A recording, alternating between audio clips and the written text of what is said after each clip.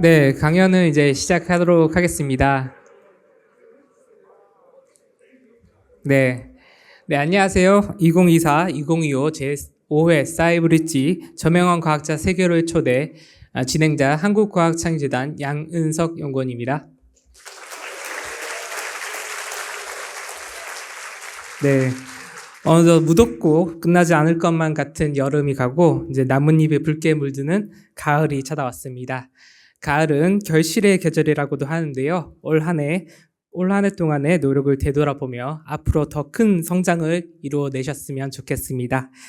오늘 사이브리츠에 참석해 주신 대구과 고등학교 학생분들 그리고 온라인으로 함께하고 있으신 모든 분들을 진심으로 환영합니다. 교장 선생님께서 말씀해 주신 대로 사이브리지는 2023년에 수립된 과학영재 발굴 육성 전략에 따라 뛰어난 연구 성과를 거두며 과학자의 길을 먼저 걸어간 선배 과학자분들과 과학영재들의 만남을 통해서 과학영재들에게 과학자로서의 꿈과 비전을 심어드리기 위해 기획되었습니다. 특히 올해는 국가전략기술을 주제로 이를 대표하시는 산학연, 다양한 분야 과학자분들이 연사로 참여하셔서 반도체, 2차 전지, 첨단 모빌리티, 차세대 원자력에 관하여 강연하여 주셨습니다. 창의재단 유튜브 채널을 통하시면 그간에 강연된 것들을 업로드가 되어 있으니 함께 하시면 좋을 것 같습니다. 오늘 5번째 주제인 첨단 바이오에 관하여 서울대학교 의과학과 배상수 교수님을 모시고 강연을 진행하려고 합니다. 오늘 강연 구성은 강연 40분, 질의응답 40분으로 구성되어 있습니다. 먼저 강연자이신 배상수 교수님의 양력을 간략하게 소개해 드리도록 하겠습니다. 배상수 교수님은 서울대학교 물리학 학사, 물리천문학 분야에서 석사 및 박사학위를 받으셨습니다. 졸업 이후에는 생화학 분야에 관심을 가지시며 서울대 화학부에서 박사 후 연구원을 지내셨습니다.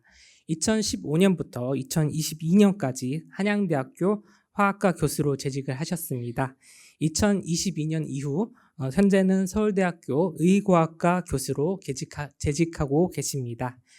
교수님은 연기교정 유전자 가해 기술을 혁신적으로 발전시켜 이에 관한 공로로 이달의 과학기술인상을 수상하시는 등 뛰어난 연구 성과를 인정받고 계십니다.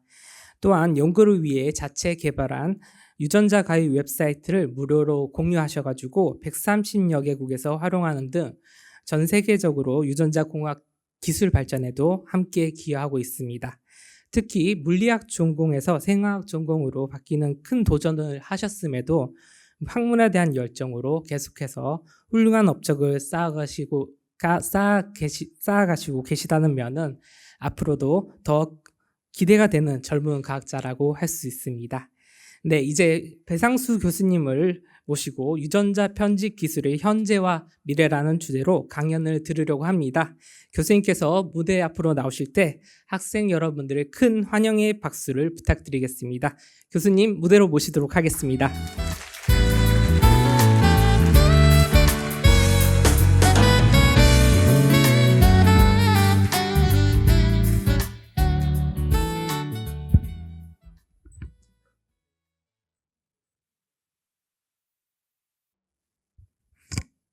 네, 안녕하십니까. 네, 과분한 소개 말씀 감사합니다. 이렇게 오다 보니까 단풍도 들고 학교가 되게 멋있더라고요. 네, 이런 데서 공부하시면 얼마나 행복할까라고 생각했는데 지금은 괴로우시겠죠. 네, 뭐 교장 선생님과 저도 잠깐 환담을 나눴는데요. 저는 이제 고등학교는 광주과학고를 나왔어요. 그래서 이제 당시에는 영재학교는 없었고 과학고만 있는 시절에 기숙사 생활도 하면서 그때 기분도 좀 느낄 수가 있었고 또 여러분들이 겪는 그런 어려움이나 또는 또 공부하면서 이렇게 또 새로운 걸 공부하면서 배우는 그런 즐거움 이런 것들이 저도 약간 이해가 되고 또 하여튼 경험한 바가 있어서 감기무량합니다. 네. 저는 지금 서울대학교 의과대학 기초교실에 있는 교수고요. 이제 서울대는 관악 캠퍼스가 있고 대학로 쪽에 연건 캠퍼스가 있는데 기초 의과대학은 연건에 있습니다. 그리고 이제 저같이 기초 연구를 하는 사람들도 아주 많이 있습니다. 그러면 본격적으로 오늘 주제를 말씀드리도록 하겠습니다. 네, 그러면 시작하겠습니다. 강연 내용을 정말 쉽게 준비를 했어요. 그래서 사실은 고등학생들한테 강의하기가 굉장히 어렵습니다. 이 눈높이를 어떻게 맞춰야 되나. 앞에를 꺼주시고 뒤에를 켜주시면 돼요. 자, 어쨌든 잘 보이시죠? 네. DNA, RNA, 단백질, 세포에 관한 기본적인 세포 생물학, 분자 생물학을 이해하고요. 그 다음에 유전자 교정 기술의 원리를 이해하고, 다음으로 유전자 교정 치료제에 대해서 이해하고, 그리고 마지막으로 시간이 된다면 이 기술로 파생되는 윤리적인 문제에 대해서도 얘기를 해보면 좋을 것 같습니다. 자, 이 세포, 그러니까 전 세계 제약 시장인데요. 보시면 우리가 흔히 먹는 약물 이런 것들은 합성의약품들이에요. 이런 합성의약품들 시장이 있고, 그 다음에 가파르게 성장하고 큰 규모를 차지하고 있는 게 항체의약품입니다. 어느새 항체의약품이 굉장히 커졌어요. 백신은 몇 년 전부터 아주 크게 성장했다가 지금은 약간 줄어들고 있고, 이제 새롭게 떠오르는 강자가 여기 세포 유전자 치료제입니다. 성장률이 가장 가파르죠. 네, 그래서 이 부분이 무엇인지 오늘 강의를 통해서 어렴풋하게나마 좀 이해를 하시면 좋을 것 같습니다. 그래서 뭐 이름도 다양하게 불립니다. 세포 치료제, 유전자 치료제, 유전자 변형 세포 치료제, RNA 치료제 등등등. 네. 지구상에 있는 모든 물질은 세포로 이루어져 있어요. 사실은 물리학에서도 자연과학이 다 그렇습니다만 근본 원인을 따지고 싶어하고 근본 물질을 따지고 싶어해요. 생명과학도 마찬가지입니다. 그러면 뭐 나무, 뭐 사람, 동물, 식물 다 다른데 근본 물질은 무엇인가? 세포로 이루어져 있다는 특성이 있고, 세포 안에는 유전물질인 DNA가 있습니다. 이 DNA가 지구상에 있는 모든 생명체는 DNA가 분자 구조가 똑같습니다. 놀랍지 않습니까? 기본 박테리아부터 우리 인간까지 분자 구조가 똑같아요. 그렇기 때문에 우리가 박테리아나 이런 데서 어떤 단백질을 얻어내면 인간한테 쓸 수가 있는 겁니다. DNA가 똑같기 때문에. 세포는 크게 보면 이렇게 진핵세포와 원핵세포로 구분이 되고요. 그래서 진핵세포는 이렇게 가운데 핵이 있는 것이고 원핵세포는 핵이 없습니다. 이 정도만 구분을 하시면 됩니다. 네. 사실은 제가 답을 말씀드리긴 했는데, 그래서 생명체 유전 정보는 어디 있다고요? 네, DNA. 누군지 아십니까? 옛날 가수 이러진 않겠죠? 네. 네, BTS의 DNA라는 뮤직비디오 한 장면인데 실제로 이렇게 DNA의 유전 정보가 있습니다. 그래서 사실은 이론적으로 우리가 DNA 설만 다 이해할 수 있다면 모든 걸 파악할 수 있습니다. 길 가다가 뭐 씨앗을 주었는데 무슨 이걸 심으면 뭐가 될지 모르겠다. DNA 분석하면 다 나옵니다.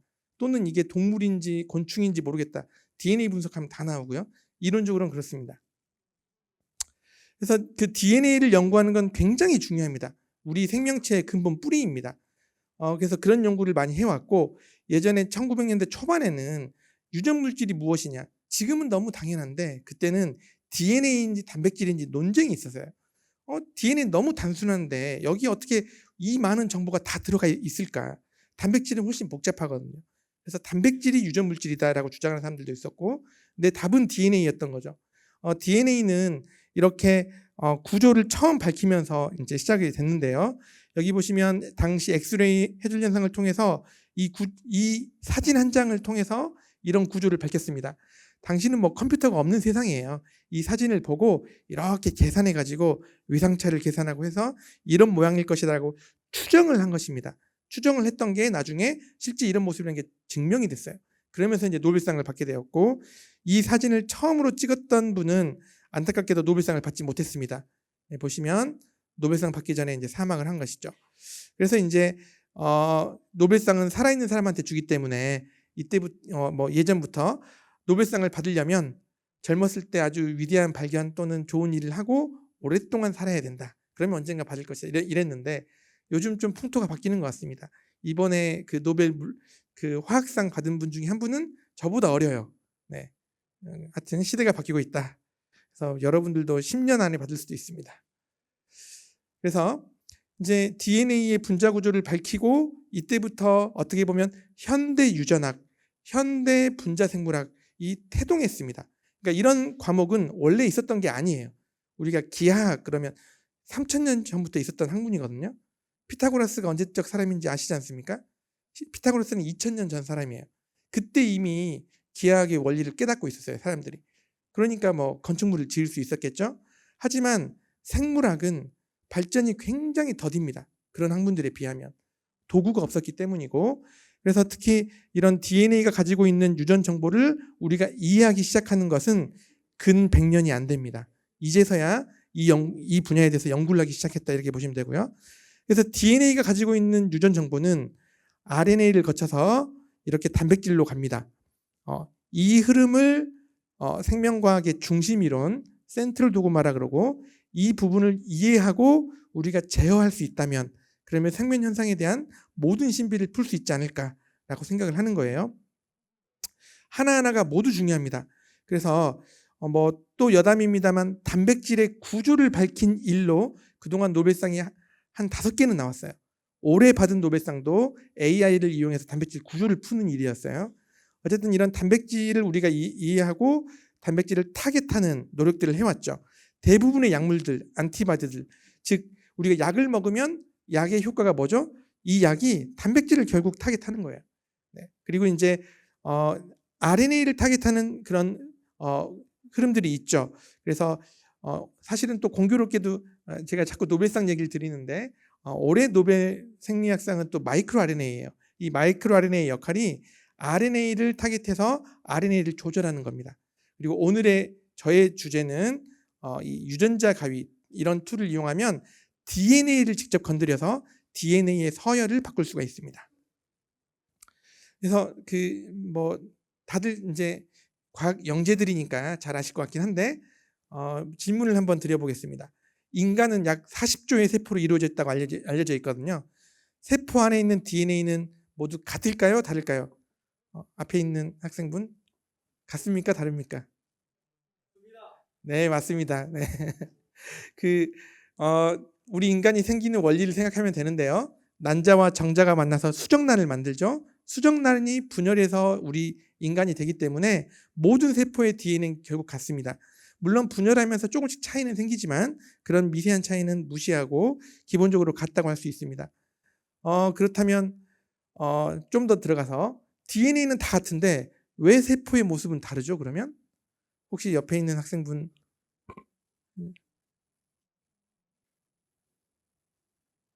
찍으시면 됩니다. 맞습니다. 역시 훌륭합니다. 네. 그 DNA는 똑같지만 DNA에서 발현되는 정도가 다르기 때문입니다. 예를 들어서 어떤 백혈구 여기 뭐 신경세포를 예를 들면 신경세포는 A라는 유전자가 발현이 많은데 B라는 유전자는 발현이 안 돼요. 반면에 피부세포는 A라는 유전자는 발현이 안 되는데 뭐 C라는 유전자가 발현이 많이 돼요. 이런 차이로 인해서 세포의 특성을 다 만듭니다. 그럼 이제 이런 부분을 이해하고 이제 본격적으로 들어가 보겠습니다. 그래서 우리가 DNA를 하나의 유전 언어라고 생각할 수 있고요. 모스부호는 0과 1로 돼 있죠. 뭐 알파벳은 A, B, C, D. 뭐 우리말은 모음과 자음으로 돼 있습니다. 그 생명체의 언어인 DNA는 어떻게 돼 있죠? A, G, C, T라는 4개의 언어로 돼 있습니다. 4개의 문자로 돼 있습니다. 이 문자를 우리가 이해하면 결국 다 이해할 수 있어요. 그냥 DNA 설만 읽으면 이 친구의 뭐 모든 걸 파악할 수 있는 시대가 아마 올 겁니다. 근데 아직 그 단계에 도달하지 못했고, 어쨌든 이 유전 언어를 이해하려면 외국의 언어를 공부하듯이 읽고 쓰고 이런 편집하는 게 모두 필요합니다. 뭐 각각은 뭐 더 이상 강조할 필요가 없습니다. 시퀀싱 기술은 너무나 잘 알려진 기술이고 더 이상 강조할 필요가 없죠. 그래서 2001년도에 인간의 30억 쌍의 DNA를 처음으로 밝혔는데, 당시 제가 대학생이었는데 그때 신문기사에 인간의 게놈 지도를 처음으로 밝혔다 그러면서 이것은 인류가 달에 도달한 것과 같다, 막 이런 얘기가 떨썩했습니다. 시퀀싱 기술도 굉장히 빠르게 발전하고 있고요. 네, 합성 생물학도 발전해서 이제는 DNA를 합성하는 기술도 굉장히 잘 되고 있습니다.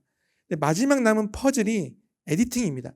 우리가 DNA를 다 읽으면 모든 신비를 파악할 줄 알았는데 그러지 못했어요.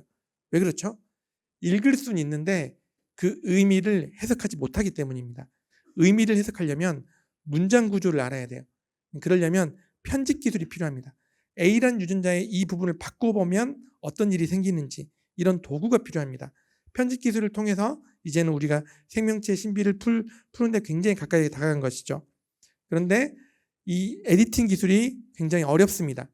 네. 이걸 보시면 실제로 인간이 갖고 있는 DNA 서열인데요.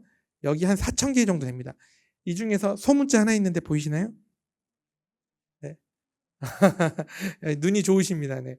그래서 이렇게 잘못된 걸 하나 내가 건드려서 바꾸겠다. 이런 목적을 갖고 있는 거예요. 근데 이보다 한 10만 배 큰 그런 규모에서 잘못된 거 하나를 찾겠다. 얼마나 어렵겠습니까? 그런데 그게 가능한 시대가 되었다. 이렇게 말씀을 드립니다. 역사적으로 보면 자연계에는 제한 요소라는 게 있어요.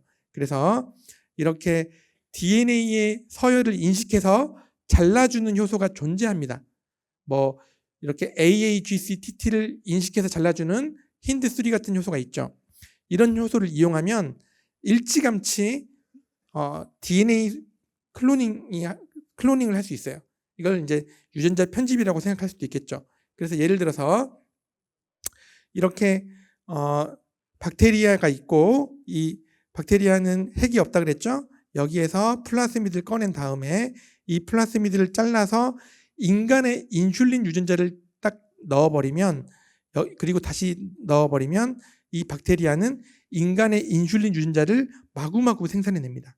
그래서 그 당뇨병 환자한테 꼭 필요한 인슐린을 우리가 합성해서 만드는 게 아니라 이렇게 생명체에서 만들어내기 시작했어요. 이게 미국 FDA에서 최초로 승인을 받았던 그런 LMO 기술입니다. 그래서 이 과정이 70년대, 80년대 완성되면서 이미 70년대 때 1세대 유전공학 혁명이라고 불렸던 거예요. 네. 그런데 엄청 좋죠. 그런데 이 기술이 한계가 있었어요. 인간이나 식물 DNA를 바꾸지는 못했습니다. 그 이유가 뭘까요? 네. 이 그림 속에 답이 있는데요. 하나는 인식하는 서열이 너무 짧습니다. AAGCTT 그러면 작은 플라스미에서는 딱 하나가 존재하니까 거기를 딱 잘라낼 수 있어요. 근데 이런 효소를 인간에 넣어버리면 인간은 이런 시퀀스가 수천 개, 수만 개가 되거든요. 그러면 수천 조각이 나는 거예요. 그래서 정확히 원하는 곳만 자르지를 못합니다. 또 하나는 이 서열을 내가 마음대로 바꿔주고 싶은데 바꿔주지 못하죠. 그래서 이런 두 가지의 그런 한계점을 극복해서 인공적으로 만든 게 유전자 가위라는 도구입니다. 그래서 충분히 긴 DNA를 인식하고 그다음에 충분히 긴 DNA를 인식한 다음에 여기 가위 역할을 하는 것으로 이렇게 잘라주는 거죠. 그러면 내가 인간 세포에서도 원하는 한 군데만 정확하게 가서 잘라줄 수가 있습니다. 비로소. 그래서 이제 유전자 편집 기술이 가능한 것이죠. 근데 초창기 기술은 많이 쓰이지는 못했고요. 이제 3세대 크리스퍼 기술이 나오면서부터 이제는 누구나 쓸 수 있는 시대가 되었습니다. 왜냐하면 그림에서 보이듯이 사용하기가 매우 쉽습니다. 단백질이 하나만 있으면 되고 가이드 RNA만 바꿔주면 내가 원하는 것을 마음대로 바꿔줄 수 있어요. 사용하기가 매우 쉽기 때문에 이제는 누구나 쓸 수 있는 시대. 그래서 유전자 편집이라는 분야가 대중화되었다. 네, 이런 표현을 쓰고 싶습니다. 그래서 이 크리스퍼 기술은 갑자기 만들어진 기술이 아닙니다. 미생물학자들의 그런 연구에 의해서 밝혀진 것이고요. 이걸 하나의 박테리아라고 합시다. 그러면 우리가 바이러스가 우리 인간을 공격했죠. 코로나 바이러스. 마찬가지로 박테리아도 바이러스로부터 공격을 받습니다. 그러면 대부분은 죽어요. 이 박테리오 파지라는 애가 들어오면 대부분의 박테리아는 죽습니다. 근데 살아남는 애들이 있어요.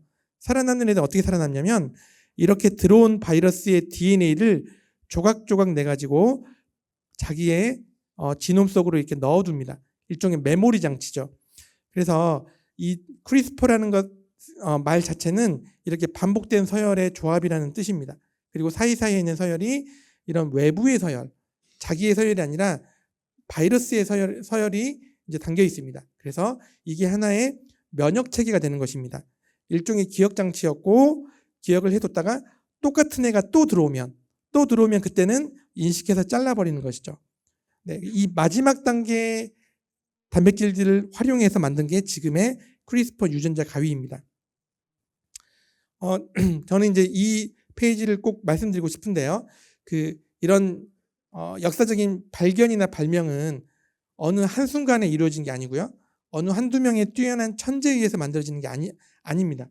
그래서 이 크리스퍼 분야도 보면은 처음 이 서열을 발견한 사람이 있고 시퀀싱이 발달해서 다 뒤져보니까 자연계의 50%는 그런 서열이 있어요. 그때 이름을 지은 것입니다. 크리스퍼라고. 근데 그 뜻은 몰랐어요. 근데 그 뜻을 나중에 밝혔죠. 면역 체계에서 규명됐다고 밝혀졌고, 그리고 그 컴포넌트까지 다 밝혔습니다. 마찬가지로 유전자 교정 분야도 에디팅을 위해서 계속 개발되어 왔죠. 이제 결국 크리스퍼 시스템을 이용한 유전자 편집 기술이 이제 만나게 된 것입니다. 그래서 이제 이때 2012년도에 이 일을 처음으로 하고 바로 이제 노벨상도 받게 된 거예요. 그래서 어떻게 보면 12년도에 이 기술을 처음 선보이고 1년 후에 인간 세포에서 성공하고, 그리고 뭐 나중에 보여드리겠습니다만 2020년에 노벨상도 받고, 그리고 작년에 처음으로 치료제도 나왔어요. 그래서 이렇게까지 발전한 빠르게 가는 것은 역사적으로 이례가 없는 굉장히 전광속과 같은 속도였다, 이렇게 보여집니다. 그래서 이건 실제 그림은 아니고 그런 크리스탈 스트럭처를 통해서 만든, 구조를 통해서 만든 그런 칼튠입니다. 그래서 보시면은 이렇게 유전자 가위 단백질이 뭔가 글러브 같이 생겨가지고 가운데 가이드 RNA를 가지고 있어요. RNA에 맞는 곳을 찾아다니면서 이게 딱 맞으면 바인딩하고 붙어가지고 잘라버리는 거죠. 네. 그래서 이 노벨 화학상이 2020년도에 처음으로 주어졌습니다. 진 에디팅 개발의 공로죠. 그래서 뭐 이런 크리스퍼 시스템은 자연계에서 많다고 했기 때문에 사실 미생물은 자연계에 많잖아요. 그래서 다양한 크리스퍼 시스템이 존재합니다. 뭐 지금은 뭐 그 미생물뿐만 아니라 일부 고등세포 이런 조류라든가 효모에서도 발견된다고 지금 보고되고 있습니다.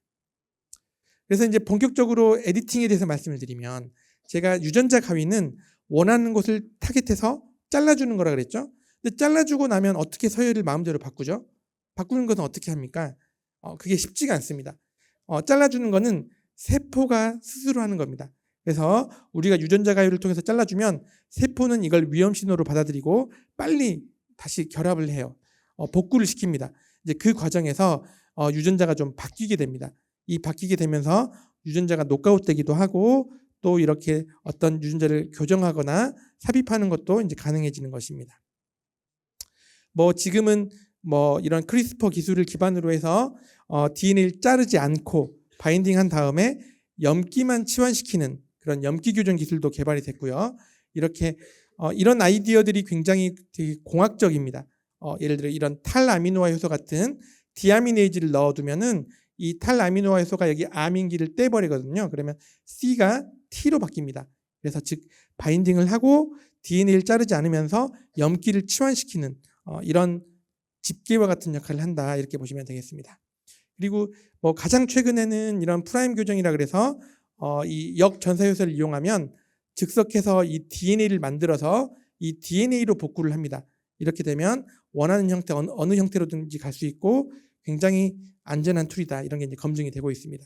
그래서 뭐 DNA만이 아니라 RNA도 이렇게 교정하는 툴들이 개발되고 있고요. 그리고 자연계에서는 핵 속에 DNA가 있지만 DNA가 핵 안에만 있는 게 아닙니다. 미토콘드리아를 배웠죠. 미토콘드리아 안에도 DNA가 있어요. 근데 그 미토콘드리아에 있는 DNA도 교정하는 기술들을 이렇게 개발하고 있습니다. 그래서 이 기술에 대해서 말씀을 드리면, 이 노벨상이 수여될 정도로 굉장히 빠르게 발전이 되었고, 그리고 보통 노벨상을 주면, 그러니까 그 분야에 수여되면 사실은 점으로 가는 학문입니다. 우리가 예전에 과학을 선택할 때 어느 분야를 전공할 것인가라고 했을 때 노벨상을 받았는지를 물어봐요. 이미 받은 분야면 피하려고. 그래서 이미 받은 분야면 그러면 이제는 뭐 더 밝힐 게 없잖아요. 그러면 다른 분야로 가려고 그랬습니다. 근데 지금은 그런 추세가 바뀌고 있는 것 같아요. 그래서 이 진 에디팅도 아주 대표적인 기술이고요. 그 대표적인 예시고요. 노벨상이 굉장히 일찍 수여되었고, 하지만 아직 밝혀진 게 많지 않습니다. 이제 본격적으로 시작입니다. 그리고 올해 노벨상을 받았던 AI 기술도 마찬가지입니다. 이 분야를 피할 필요가 전혀 없어요. 이제 본격적으로 시작 포인트에서 노벨상이 주어진 거예요. 그럼 이걸로 뭘 할 수 있을까? 앞으로 할 수 있는 무궁무진한 일들을 찾아가는 겁니다. 네. 그래서 이제 그런 응용에 대해서 좀 말씀을 드려볼까 해요. 우리가 유전자 교정 시대가 개막되었다. 이런 거창한 표현을 쓸 수가 있고요. 네. 그래서 보시면 이 하나하나 그림들이 굉장히 의미를 나타냅니다. 뭐 이런 식물도 개량하기도 하고 또 돼지의 장기를 인간한테 넣는 이종 간의 장기식도 얘기하고 뭐 가진 동물들을 복원하거나 이런 데도 쓰입니다. 이런 과정에서 진 에디팅 기술이 다 필수적으로 쓰이는 겁니다. 그래서 좀 구체적인 예를 들어보면 우리가 마우스를 변형시키는 데 굉장히 용이합니다. 여기 보시면 자이고트라는 게 수정란이에요. 난자와 정자가 만난 수정란이죠. 여기에 유전자 가위를 넣어주면은 바로 DNA가 바뀐 채로 마우스가 태어납니다. 네, 유전자 변형 마우스죠. 네, 이걸 인간한테 도입하면 그대로 할 수 있어요. 네, 기술적으로 어려운 건 아닙니다.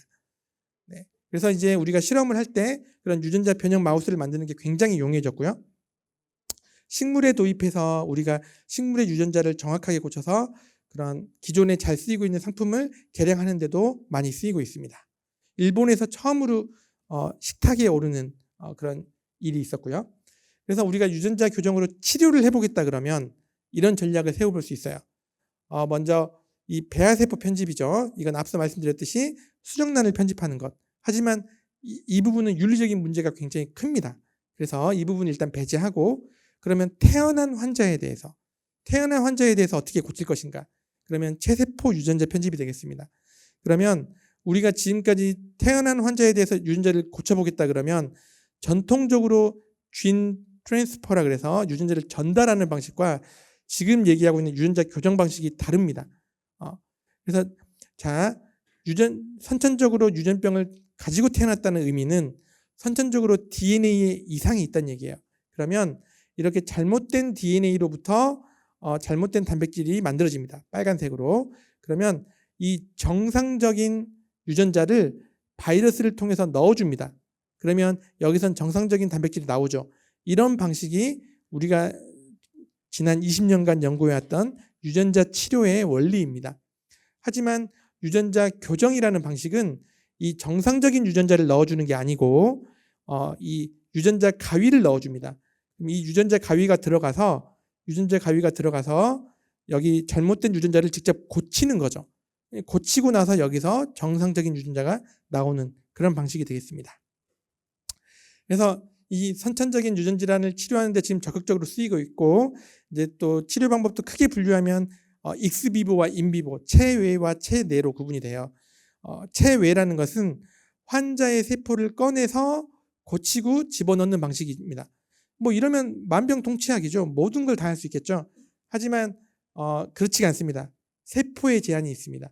예를 들어서 우리가 뇌세포를 꺼내서 고치고 넣을 수 있을까요? 그런 게 안 되죠. 신경세포도 안 됩니다. 그래서 하지만 뭐 피부세포라든가 혈액세포는 되거든요. 이렇게 세포에 제한이 있고 만약에 줄기세포 분야가 커져가면 이 분야도 꽃을 피울 거예요. 그리고 또 하나의 방식은 인비보라 그래서 직접 유전자 가위를 찔러 넣어서 그 부분의 DNA를 바꾸는 겁니다. 네. 이 경우에는 전달법이 중요하겠죠. 어떻게 전달할 것인가. 이 전달이 쉬운 게 아닙니다. 그래서 대부분은 바이러스를 쓰지만 지금은 바이러스를 쓰지 않고 넣는 방식이 크게 각광받고 있습니다. 여러분들 뭐 10월 초에 선배분이 오셔서 강의하셨다고 하셨는데 진에디시라는 회사가 이 전달체를 연구하는 회사입니다. 네, 국내에도 많이 있어요. 그래서 이제 기사를 보면 이렇게 뭐 노바티스 졸겐스마가 유전자 대체 치료제를 만들었다.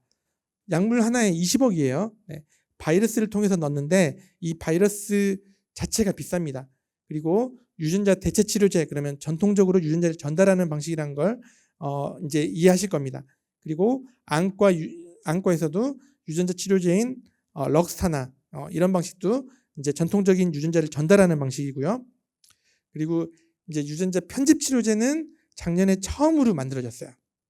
그래서 이름도 뭐 사실 어떻게 부를지 모르겠어요. 유전자 편집 치료제, 크리스퍼 치료제, 뭐 유전자 가위 치료제 이렇게 각각 부르고 있는데 이제 이 치료제가 어떻게 만들어지는지를 한번 보면서 이렇게까지 되는 시대가 되었구나 이렇게 상상을 하시면 될 것 같습니다.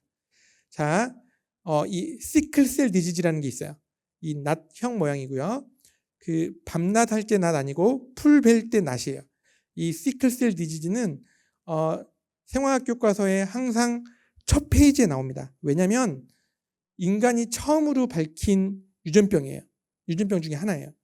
그 분자 구조와. 그래서 이렇게 원래는 적혈구가 동글동글하게 가야 되는데 이렇게 낫형 모양이 되어서 산소 전달이 잘 안 됩니다. 그러면 조금만 움직여도 숨을 헐떡헐떡 하면서 굉장히 치명적인 질환이 되는 것이죠. 또 이렇게 혈관을 막기도 합니다. 그런데 이걸 어떻게 치료하냐면 포인터가 작동을 안 돼서 어렵습니다만 이렇게 보시죠. 자, 우리가 뱃속에 있을 때는 헤모글로빈 감마가 나와요. 근데 태어나면 헤모글로빈 베타가 나옵니다. 헤모글로빈은 알파와 베타 또는 알파와 감마로 이루어져 있는데 뱃속에서는 감마가 나오다가 태어나면 베타로 바뀌는 거죠. 근데 헤모글로빈 베타에 유전자 변이가 있는 거예요. 이런 사람은 태어났을 때 계속 유전자 변이가 있는 채로 살아가는 겁니다. 그런데 이제 이 베타와 감마가 한 끗 차이거든요.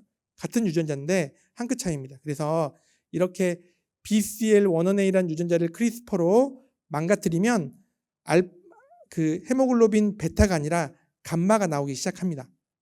유전자를 바꾸는 거죠. 그래서 어떻게 치료를 하냐면 환자의 조혈모 세포를 꺼내서 이 꺼낸 세포에서 크리스퍼로 헤모글로빈 감마가 나오게 만들어요. 그 다음에 내가 가지고 있는 세포는 모두 없앱니다.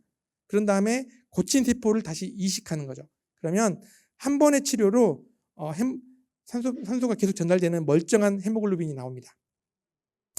네, 그래서 이런 방식으로 했던 것이고 굉장히 스마트한 전략이에요. 네. 그래서 뭐 이제 치료의 예시를 보면은 이제 뭐든 상상하면 됩니다. 제가 수업 시간에 여러분들이 알고 있는 유전병을 조사해서 그 서열을 밝혀보고 그 서열을 어떻게 하면 고칠 수 있는지 조사해봐라. 그러면 모두가 발표를 하거든요. 그러니까 그 어떻게 고치고 어떻게 전달하고 이런 걸 다 빼고 DNA 서열을 보면서 이제는 어떻게 바꾸면 되겠다. 이렇게 답을 제시하면 그걸 수행할 수 있는 그런 시대가 된 것입니다. 혈우병을 예로 들면 이렇게 팩터 8이라고 해서 유전자 하나가 망가져 있어요. 그러면 이 크리스퍼로 유전자를 이렇게 잘라내서 이 부분을 다시 바꾸는 거죠. 그런 다음에 이제 집어넣으면 혈액 응고인자가 정상적으로 나옵니다. 이런 게 가능하고, 그리고 간 질환은 대부분 대사 질환이에요. 대사 질환이 선천적으로 되지 않는 경우인데 이렇게 간 세포를 꺼내서 역분할을 시키고 고친 다음에 집어넣으면은 정상적인 그런 효소가 나오기 시작합니다. 이런 식으로 할 수 있고요. 그리고 피부 같은 경우도 이식이 되기 때문에 이렇게 체외 교정이 됩니다. 특히 이 표피박리증 같은 경우는 콜라겐이 만들어지지 않는 치명적인 질환이에요. 이런 환자 세포를 꺼내서 고쳐서 집어넣으면은 그때부터는 콜라겐이 정상적으로 나올 수 있습니다. 네, 그리고 마지막으로 이제 인비보 같은 경우는 직접 찌른다 그랬죠. 그래서 이렇게 유전자 가위를 직접 눈에 찌르면은 이 부분에 유전자가 교정되어서 실명되지 않고 시각을 다시 어느 정도 회복되는 걸 볼 수가 있습니다. 네. 그래서 그리고 암 치료도 활용할 수 있고요. 네. 네, 이제 거의 끄트머리입니다. 네. 제가 시간을 얼마나 지켰는지 모르겠는데, 그래서 그 가타카라는 영화가 있는데 그 제목이 GATTACA예요. 그래서 그 DNA 서열로 만든 제목이고요. 그래서 이제 이런 유전자 교정이 유전자 편집이 기술이 만연화된 그런 미래 사회를 그리고 있습니다. 그래서 이런 사회를 영화를 통해서 엿볼 수가 있고, 혹시 기회 되시면 나중에 한번 보셔도 좋을 것 같습니다. 그리고 이게 이제 질문들이 좀 들어와서 마지막에 좀 추가한 페이지인데, 올해 노벨 화학상은 굉장히 빠르게, 근데 언젠가는 받을 거라고 다들 생각은 했지만 올해 받을 줄은 몰랐어요. 어떻게 보면 우리 그 한강 작가랑도 비슷하죠. 그래서 언젠가는 받을 수도 있겠다라고 생각을 했어요. 근데 굉장히 이례적으로 빠르게 받았고, 그만큼 AI가 주는 충격은 큽니다. 근데 AI가 거품이 아니냐 이런 얘기도 가끔 있지만은 거품이 아닙니다. 실체가 있기 때문에. 근데 물론 기대치가 더 오버슈팅 되었다. 우리가 지금 현상보다 미래를 너무 빨리 본다. 뭐 이럴 수는 있지만 그 자체가 거품은 아닙니다. 그래서 특히 AI가 주는 많은 변화들이 있는데 바이오에 주는 메시지가 굉장히 큽니다. 바이오는 아직 밝히지 못한 부분이 많고 또 노동 집약적인 부분이 많았기 때문에 이 부분들을 다 대체할 수 있어요. 그래서 여기 보시면 이제 존 점퍼라는 분, 네, 저보다 어려요. 이분은. 네, 그림은 좀 이렇지만, 네. 그래서 우리가 예전에 알파고 때 1차 충격 받았죠. 제가 2000년대 초반에 서울대 컴퓨터공학과에 AI 하시는 분이 수업을 하시면서 AI가 많은 걸 대체할 수 있지만 바둑처럼 복잡한 것은 대체 못한다라고 하셨어요. 근데 20년 후에 대체돼 버렸죠. 네. 그러니까 뭐든지 확언하시면 안 됩니다. 확언하지 마시고 그럴 가능성이 높다 이렇게 말을 흘리시는 게 좋습니다. 그래서 1차 충격이었는데 그때는 그냥 강 건너 불구경이었어요. 아 그런가 보다. 그랬는데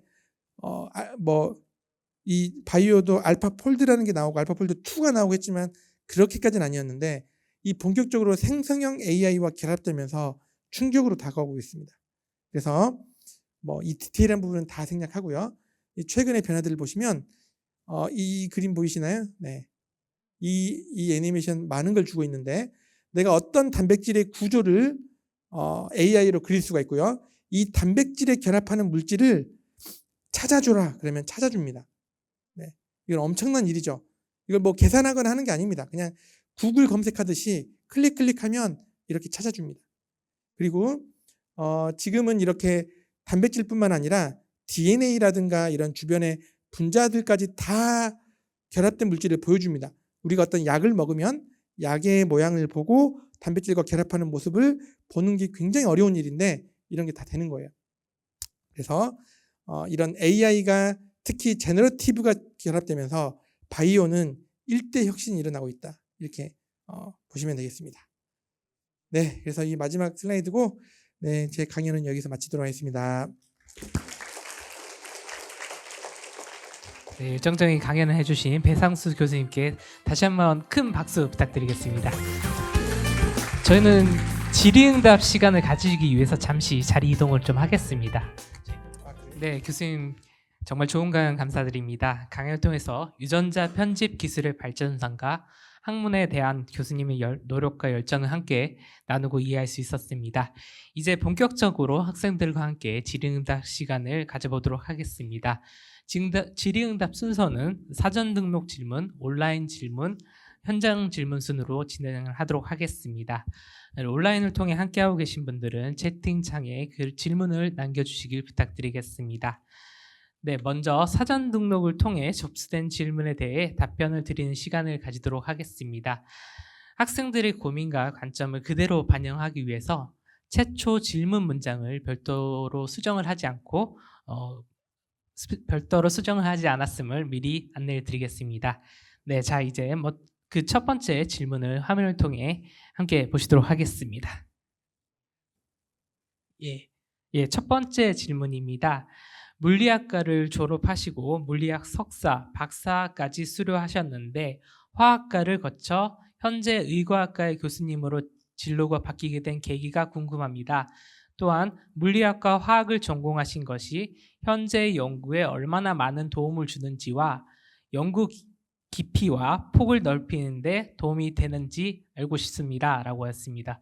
사전 질문을 통해서 질문 취합하면서 교수님의 진로 전환에 대한 부분에 대한 질문이 상당히 많았습니다. 교수님 답변 준비되시면 말씀 주시면 좋을 것 같습니다. 혹시 질문이 여기서만 있나요? 아니면 다른 데서 온 질문도 섞여 있나요? 온라인으로 사전 등록한 친구들의 질문이 다 섞여 있습니다. 꼭 여기 있으신 건 아닌 거죠? 질문자가? 네.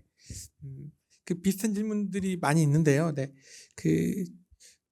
특별한 이유가 대단한 이유가 있는 게 아닙니다. 네. 공부를 하면서 관심사가 있으면 과감하게 그 분야로 가서 연구를 하면 될 것 같습니다. 제가 고등학교 때는 제가 고등학교 1학년 때 물리를 양 맞았거든요. 그때는 수미 양가 해서 양 하면 요즘으로 하면 한 8등급, 7등급 1학년 때 물리를 양을 맞고 이렇게 어려운 학문이 있나 생각을 했어요. 근데 이제 방학 동안에 공부를 쭉 하면서 뭔가 깨우침을 얻으니까 그때부터는 풀리더라고요. 그게 너무 신기했어요. 그래서 너무 재밌어가지고 그 다음은 이제 잘하기 시작했거든요. 그러면서 물리학과를 진로로 선택을 했죠. 그래서 대학교도 물리학과를 갔는데 이제 가서 공부를 하면서 더 재밌어지는 부분을 찾았습니다. 그게 생물학이었던 거고, 제가 그 DNA 구조를 말씀을 드릴 때 두 명의 과학자가 있었어요. 왓슨과 크릭인데 기억나시나요? 네. 크릭은 당시에 물리학자였습니다.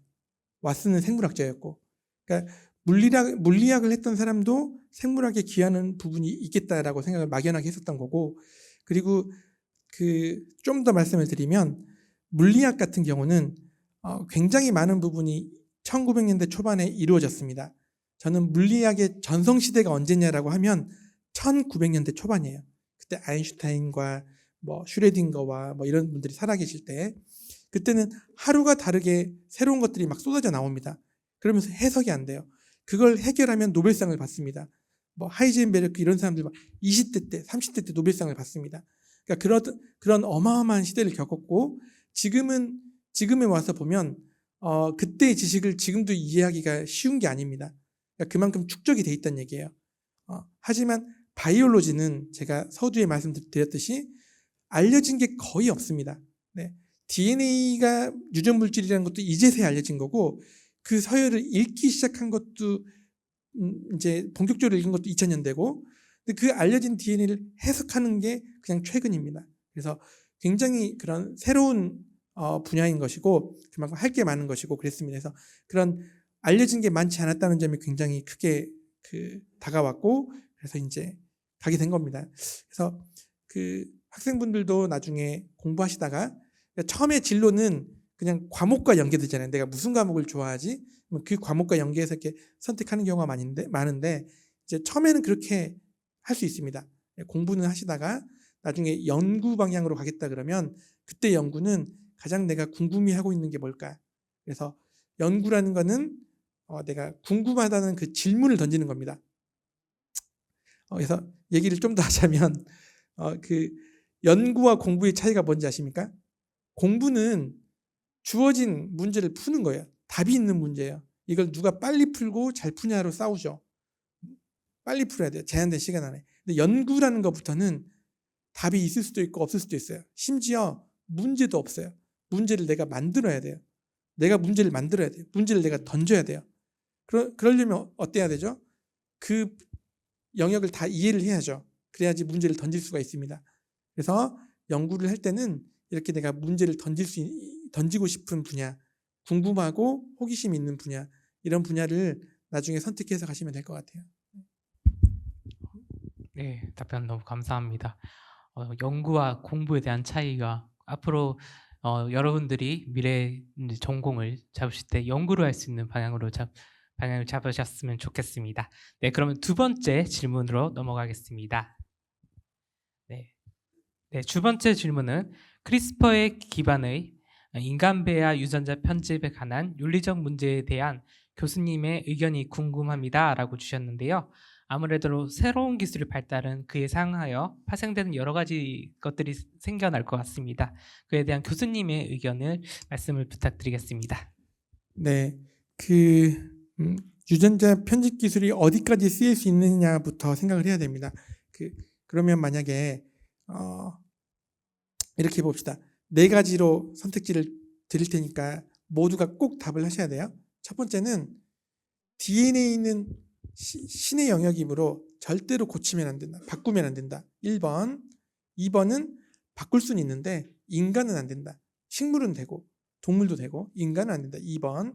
3번은 인간도 돼요. 3번부터는. 인간도 되는데 그런 태어난 사람한테만 할 수 있다. 3번. 4번은 배아 단계부터 할 수 있다. 이게 4번입니다. 그럼 만약에 1번 DNA는 절대 건드리면 안 된다고 생각하시면 한번 손 들어보실래요? 있을 수 있습니다. 네. 생각을 없습니까? 손 들어주시면 될 것 같습니다.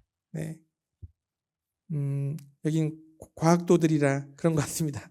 과학기술에 긍정적으로 받아들이니까. 그럼 2번 DNA를 바꿀 수는 있는데 인간은 안 되고 식물이나 동물은 된다. 2번 한번 손들어 보시겠습니까?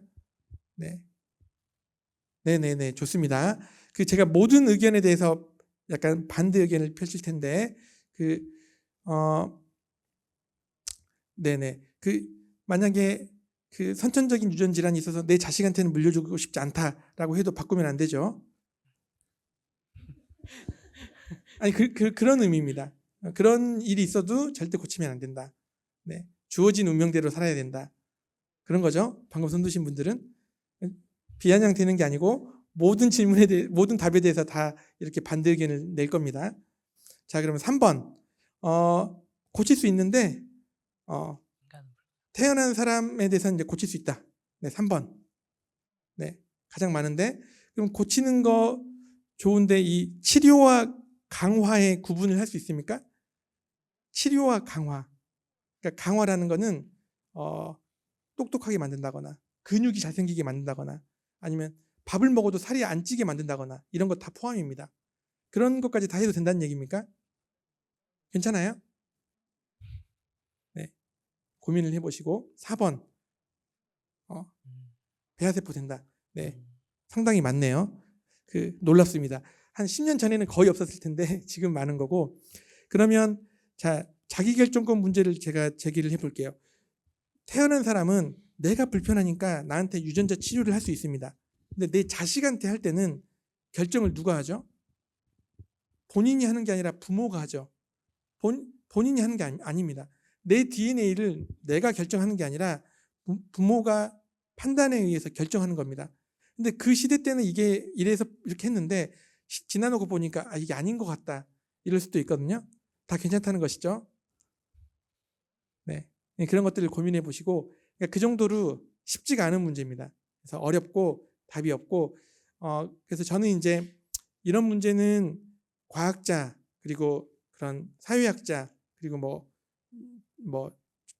정치나 아니면 그런 뭐랄까요, 네, 제도와 관련된 업무를 하는 사람들 이렇게 다 모여서 이렇게 원탁 테이블을 통해서 합의를 해나가야 되는 게 아닌가. 그래서 사회적 합의를 통해서 어떤 가이드라인을 정해야 되는 게 아닌가 이렇게 생각을 하고 있습니다. 그래서 네, 일단 이렇게 가름하겠습니다. 네, 의견 감사합니다. 유전자 편집 기술에 대한 윤리적 문제에 대해서 과학자뿐만 아니라 사회학자 그리고 제도를 만드는 모든 분들이 원탁 테이블이나 사회적 합의를 이뤄냈을 때 좋은 결과가 날 것 같습니다. 네, 다음 질문으로 넘어가도록 하겠습니다. 네, 세 번째 질문입니다. 교수님의 학창 시절 건강관리법이 궁금합니다. 수면은 몇 시간 하실까요? 아마 우리 학생들이 가장 현실적으로 느끼는 고민인 것 같습니다. 아니, 중고등학교 때 건강관리법이 있어요? 그때는 뭐 돌도 씹어 먹을 나이인데 건강관리 안 해도 다 건강하시잖아요. 네. 그래서 그때는 그냥 앞만 보고 살았던 것 같고요. 네. 수면도 저는 충분히 잤던 것 같습니다. 왜냐면 저는 한 6시간에서 7시간을 자야지 머리가 잘 돌아간다고 생각하거든요. 그보다 적게 자면 잘 안 돌아간다고 느껴요, 스스로. 그래서 자기한테 가장 맞는 수면 시간은 정해져 있을 겁니다. 그런 걸 본인들이 찾아가지고 최대한 지키려고 노력하는 게 중요한 것 같아요. 물론 시험을 코앞에 두고는 밤새기도 하고 그때는 어쩔 수 없죠. 그때는 비상체계를 가야 되는데 항상 시험 있는 거 아니잖아요. 시험 없을 때는 자기의 충분한 수면을 보장해서 그래서 그런 억지로 1시간 하는 게 아니라 정말 경쾌한 마음으로 1시간 공부하는 게 훨씬 효과적이다 이랬던 것 같습니다. 네, 제가 추가 질문 살짝 하나 드리면 교수님 다시 고등학교 때로 돌아가신다면 어떤 식으로 공부를 좀 하시고 싶은지. 그때는 이제 입시라는 것 때문에 공부를 즐기지는 못했던 것 같아요. 네. 그래도 저는 과학고 생활이 굉장히 만족스러웠는데, 왜냐하면 기숙사 생활하면서 좀 어려운 점들 밤에 같이 얘기를 할 때가 많아요. 친구들이랑 누워서 얘기 안 합니까? 네.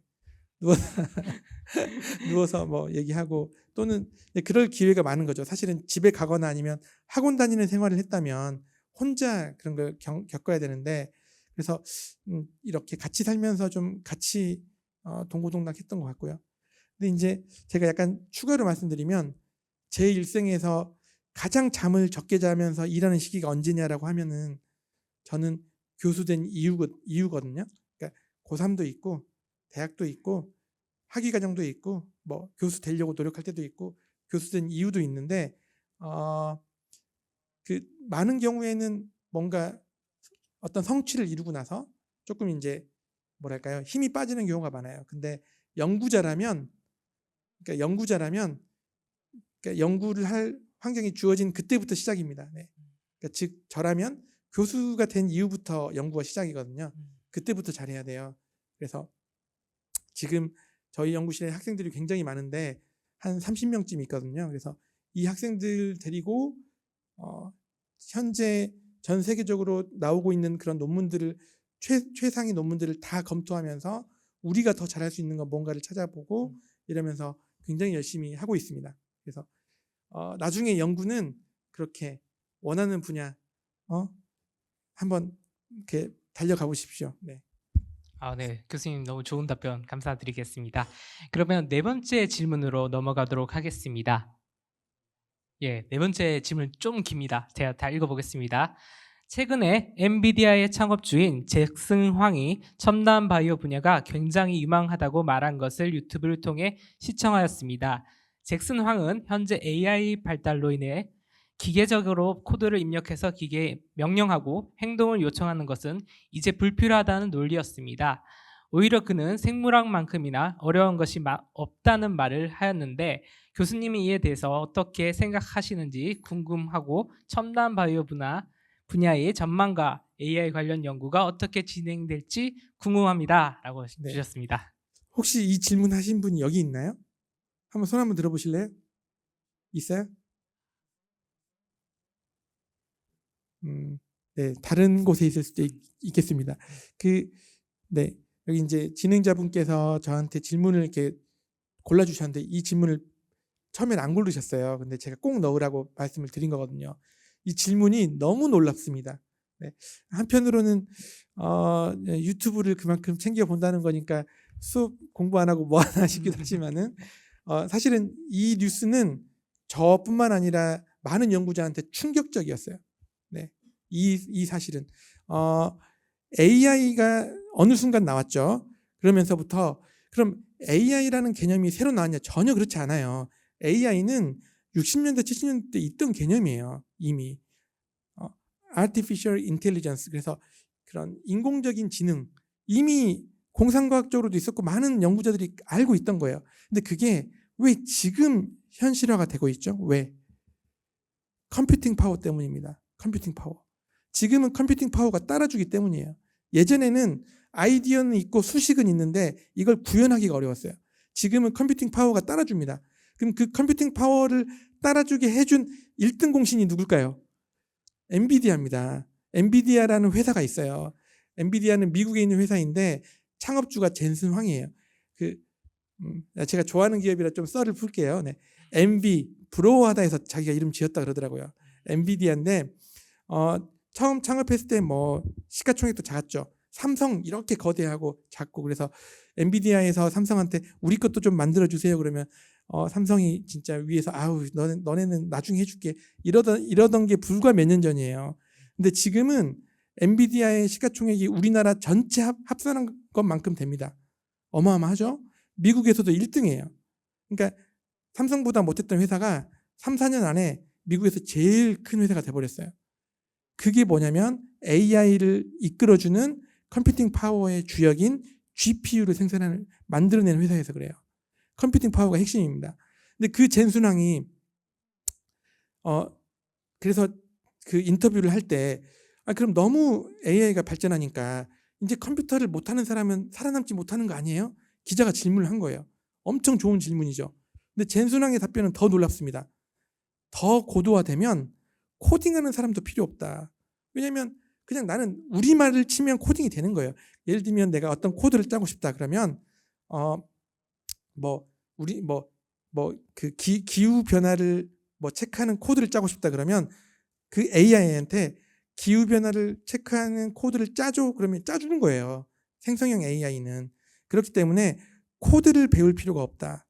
내가 20년 전으로 돌아가면 나는 바이오를 할 것이다. 이렇게 얘기를 한 거예요. 굉장히 놀랍고 충격적인 답변이죠.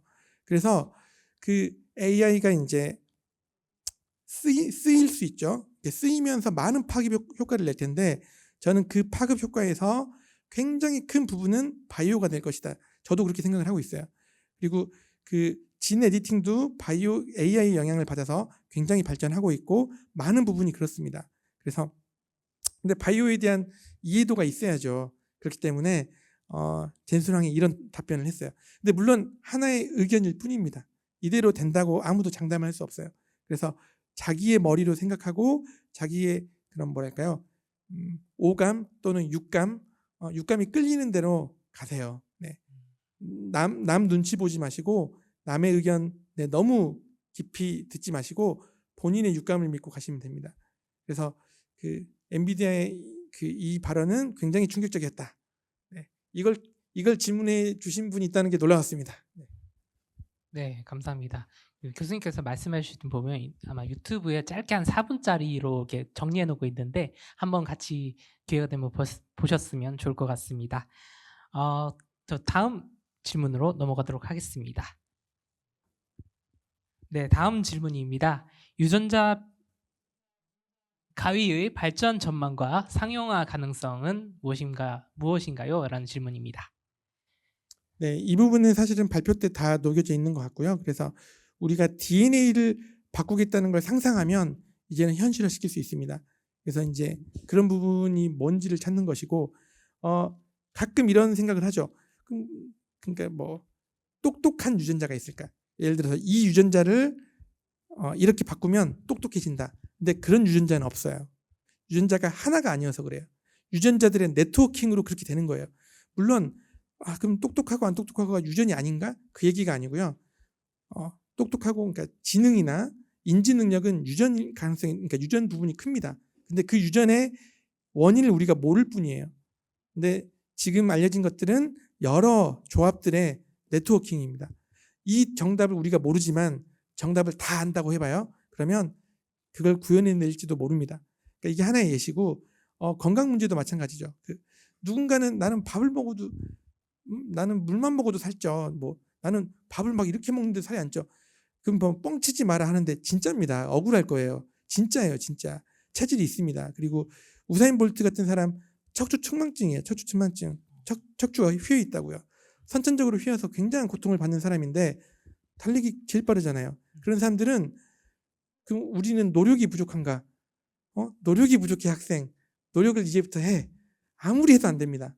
그러니까 그 노력으로 안 되는 영역이 있는 거예요. 그러니까 무슨 말씀이냐면 그래서 노력하지 말라가 아니라 유전의 영역이라는 게 분명히 있기 때문에 근데 그 정답을 우리는 모릅니다. 모르기 때문에 유전적인 거에 의지하지 마시고 우리는 최선을 다하는 게 맞는 길이죠. 하지만 유전의 길을 우리가 모두 안다면 언젠가는 그걸 컨트롤할 수 있는 날도 올지도 모릅니다. 네, 이 정도로 말씀을 드리고 제가 아까 수면 시간 말씀을 드렸는데 그 수면 시간이 보장돼야 됩니다. 그래서 오늘 같은 날도 이렇게 자지 않고 집중하고 그럴 필요가 있습니다. 네. 네, 감사합니다. 혹시 네. 추가 질문하는데 혹시 상용화 가능성은 혹시 어느 정도로 혹시 보시고 상용화는 이미 됐잖아요. FDA 통과된 순간 상용화는 된 겁니다. 근데 이제 미래를 보면 지금은 희귀 질환에 대해서 먼저 하는 거예요. 그러니까 즉 희귀 질환은 치료제가 없어요. 치료제가 없을 때 유전자 가위로만 고칠 수 있어요. 이런데 먼저 했는데 이 물꼬가 터졌거든요. 그러면 앞으로는 다양한 대중 질환에 쓰일 겁니다. 뭐 고혈압, 당뇨, 또 탈모 이런 대중적인 질환에 진 에디팅이 쓰일 겁니다. 10년 안에 올 거예요, 이거는. 네, 감사합니다. 앞으로의 유전자 가위 발전과 상용화가 곧 올 거라고 말씀해 주셨습니다. 예, 다음 질문으로 넘어가도록 하겠습니다. 예, 마지막 질문일 것 같은데요. 유전자 편집 기술이 암 치료에 어떤 방식으로 새로운 가능성을 열어줄 수 있나요? 라는 질문입니다. 사실은 암이라는 거는 여러분들이 좀 더 공부를 해보시면 확률적으로 걸리는 병입니다. 암은 DNA에 변이가 생겨서 파생되는 질환이고요. 많은 경우에 그렇기 때문에 후천적으로 생겨요. 우리가 살다가 DNA 바뀝니까? 바뀌죠. 언제 바뀌어요? 자외선 쏘이면 DNA 바뀌고, 또 담배 피면 바뀌고, 술 마시면 바뀌고, 뭐 아니면 나는 진짜 그 산속에서 건강히 살아도 세포가 분열하잖아요. 내 세포는 분열하는 과정에서 세포가 실수를 합니다. 그럼 DNA 바뀌어요. 이런 식으로 내가 전생에 뭔 죄를 져서가 아니라 DNA는 확률적으로 바뀝니다. 근데 그게 누적이 되면 어느 순간 암이 커나갈 수 있어요. 그렇기 때문에 사실은 암이라는 질환은 우리가 수명이 30대 40대일 때는 암을 걱정한 적이 없어요. 확률적으로 생기는 질환을 왜 걱정합니까? 어릴 때 감염으로 죽는 경우가 태반인데 감염을 걱정했죠. 아니면 옛날 비디오에는 나왔는데 전쟁이나 호암마마, 네, 호랑이한테 물려 죽은 경우가 태반인데 암을 왜 걱정해요? 예전엔 그랬습니다. 근데 지금은 오래 살잖아요. 오래 살기 시작하니까 암이 걸리는 거예요. 대부분이, 많은 경우에. 통계적으로 100세까지 모두가 산다 그러면 3분의 1이 암이 걸립니다.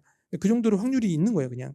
그래서 그 암이라는 거는 오래 살면 어쩔 수 없이 생기는 확률적인 질환인 것이고, 이 암을 어떻게 처리할 것인가 그러면 사실은 그 유전자 가위로 직접 암을 제거하는 건 쉬운 게 아닙니다. 왜냐하면 암세포가 있을 때 유전자 가위는 100%가 아니에요. 그러면 예를 들어 한 10%를 보통 바꾸거든요. 유전자 가위를 넣어서 10%의 암을 제거한다. 아무 의미가 없어요. 그렇죠? 암이라는 건 나머지 90%가 또 잘하니까요. 그래서 직접 제거는 쉬운 게 아니고 대신에 암을 잡을 수 있는 면역 세포를 강화하는 데 쓰입니다. 즉 우리가 지금도 DNA가 잘못되면 세포가 잘못돼요. 근데 면역 세포가 이 잘못된 세포를 없애버립니다. 경찰 같은 역할을 하는 거죠. 그래서 면역 세포가 그런 역할을 하는데 암 세포가 커나가면서 경찰을 속여요. 면역을 회피합니다. 그렇게 해서 암이 커나가거든요. 근데 우리가 이 T셀을, 면역 세포를 크리스퍼로 바꿔가지고 강력하게 만들어서 넣으면은 이게 암 세포를 잘 잡을 수 있어요. 이런 식으로 임상을 가고 있습니다. 그래서 만약에 암에 관심 있는 학생이라면 면역 항암 분야에 대해서 꼭 찾아보세요. 그리고 면역 항암이라는 분야가 굉장히 크게 성장하고 있고 여기에 이제 부수적으로 진 에디팅도 쓰일 수 있습니다. 네, 네, 감사합니다. 유전자 편집 기술이 암 치료에 곧 많은 큰 도움이 될 것 같습니다. 네, 다음 온라인 질문 사항을 한번 받아보도록 하겠습니다. 교수님께서 채팅창에 올라가신 질문을 하나 선택하셔서 답변을 해주시면 될 것 같습니다. 네, 지금 네, 제가 한번 읽어볼게요. 이번 노벨 화학상도 AI 관련 분야에서 나왔다고 합니다. 첨단 바이오 중 AI와 관련된 연구에 대해 궁금하고 추천해 주실 만한 책이 있다면 네, 부탁드립니다. 그러니까 AI가 바이오에 미치는 영향이 앞으로 더 커질 거라는 얘기는 이미 말씀을 드렸고 그런 부분을 다 상상하기 어렵습니다. 그래서 어느 분야가 더 유망하고 이렇게 꼽기는 어렵고요. 일단은 젊잖아요. 젊을 때는 그러니까 건강도 젊을 때는 돌도 씹어 먹는다 그랬잖아요. 마찬가지로 젊기 때문에 지식도 가리지 말고 다 씹어 드세요. 네. 그래서 물리, 화학, 바이오, AI 다 공부해 보시고 그 중에서 재밌는 거 찾아보세요. 네, 그런 거고 그 책은 그러니까 이런 분야는 책이 없습니다. 네. 진 에디팅도 저보고 수업을 해라 그러면 책이 없어요. 텍스트로 가르치지 않습니다. 그 여러 가지 최신 자료들을 취합해서 가르치는 거지 책이 있는 학문이 아닙니다. 그래서 그런 점도 재밌죠. 왜냐하면 물리학 하면 수학을 예로 들면 정석책은 50년 전이나 지금이나 똑같아요. 다 바뀌던데요. 네, 표지만 바뀌고 있는 겁니다. 네. 아니면은 그 교과 과정에 따라 순서 바뀌고 이런 거지 내용이 똑같아요. 근데 그게 수학을 뭐라 하는 게 아니라 수학이라는 학문은 일찌감치 어느 정도 완성이 된 겁니다. 우리가 배우는 수준은. 그래서 그런 거고. 근데 바이오는 이제 출발이고 제가 최근에 다른 학교 강연을 갔을 때 선생님이 보여주셨어요. 생물학 2에 크리스퍼 내용이 있더라고요. 혹시 지금도 있습니까? 여기서 배우는 교과서에도? 네, 있죠. 저 보고 깜짝 놀랐어요. 대학 교과서에도 없어요. 크리스퍼가 대학 교과서에도 없다고요. 그러니까 물론 개정판에 있겠죠. 또 가장 최신 판에는. 근데 지금 우리가 쓰고 있는 판에는 없고 그런 거예요. 그래서 이렇게 최신 학문은 책이라는 게 잘 없습니다. 그래서 어느 순간부터는 책을 공부하고 책에서부터 하나하나 공부하는 그런 걸 넘어서야 돼요. 네. 네, 알겠습니다. 근데 이제 지금 고등학생이시니까 당연히 교과서를 앞에 A부터 끝에 마지막 G까지 정독하시고 보는 게 제일 중요하죠. 네, 지금은 그렇게 공부를 해야 될 때라고 생각합니다. 네, 감사합니다. 다양한 독서를 하는 걸 좋다고 말씀을 좀 해주셨고, 그리고 최신 관련 학문들은 책은 없으나 열심히 찾아가면서 공부하는 게 올바른 길이라고 말씀을 좀 주신 것 같습니다. 네, 네, 제가 이제는 현장에 있는 학생들에게 질문을 받도록 좀 하겠습니다. 질문한 학생은 손을 들고 간단한 자기소와 함께 말씀하여 주시면 좋을 것 같습니다. 예, 여기 마이크 좀 갖다 주시겠습니까? 앞쪽에. 앞에부터 하시죠. 네. 네.